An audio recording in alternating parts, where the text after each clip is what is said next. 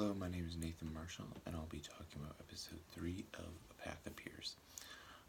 This episode is just more or less about bringing awareness to what women around the world go through and the physical violence that they are put up against and the rape and just the different struggles. It's kind of a two-part series brought into one episode, which is really cool because they make it so you are experiencing what women in Atlanta, Georgia are going through, and then it takes you across the world to Kibera, Kenya, and it shows what women and young children are struggling with there. So it starts off with Nicholas Kristoff. He's the host, and he's joined by actress Regina Hall. They go to a confidential women's home in Atlanta, Georgia, and it's confidential because there's no sign out front, there's nothing, no physical address saying that it is a women's home, just to protect the women there from their abusers. And it just has them interviewing these women, talking about what they're going through, what they've been through, and the legal battles that they've gone up against. It also talks with the staff members, just with what they go through on the daily basis and how they handle things and what the rate that people call is and everything like that. It talks about how some of the legal ramifications are not quite in the favor of these women. For example, it talks about one girl, she was abused and she took her spouse or significant other to court 2 separate times. The first time she was in there, she was just so afraid that he would attack her again that she said that she lied about the whole thing when she got on stand. She was just so nervous. It happened again, and she did the exact same thing both times. Instead of them really looking into the case more, they sent her to jail instead, just because she was so nervous. And I understand that the laws need to be this way in order to have some sort of defense for people who are innocent, who haven't done these things, but it's not helping these women who are so nervous, who are on stand, to be sitting right in front of the man that abused them, who they're so nervous in front of the first place, to just have to call them out like that. So that was just one thing that I found interesting with that. But then the second part of the series, it dives into Nicholas again being joined by a separate actress. Her name was Maya Farrows. And they go into Kibera, Kenya, and they go to a young girls' school. It is called Shining Hope, and it was made by a man named Kennedy, who is a local to Kibera, and his wife, who is a transplant from the U.S., I believe. But they built this school in 4 weeks with only $10,000, and they've just done amazing work. It focuses on education, but not only education, also the health of these young girls.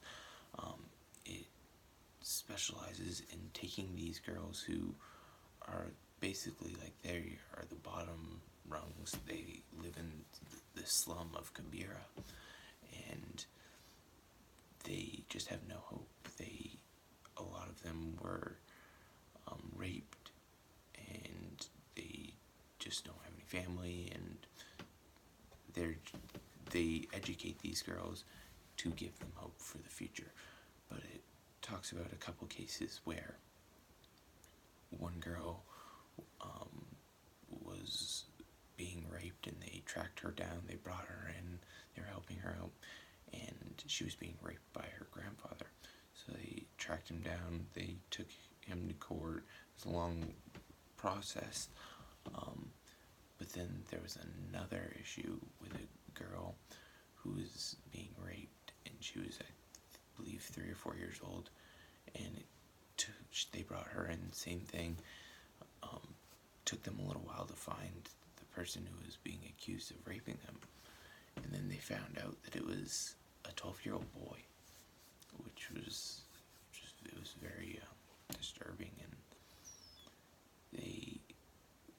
was found out that he was doing this, the father of this boy was just kind of awestruck, and he was saying that the kid is left alone for hours a day while the dad goes to work, and while he's out at work, someone else will go get the kid, and they'll bring the kid to work for them, and the kid was working in a brothel. So I think that just goes back to what we talked about as far as what you're taught and what you're around really impacts who you are, as who you become as a person. It touches on the fact that they need to start educating these kids at a younger age, men and women, to let them know that these things are not okay. And I just found that quite interesting. But as far as picking anything apart, as far as calling them out on anything that they said, I couldn't really find a lot, just because the documentary was done so well. It was put into a sense that they're not trying to push facts on you.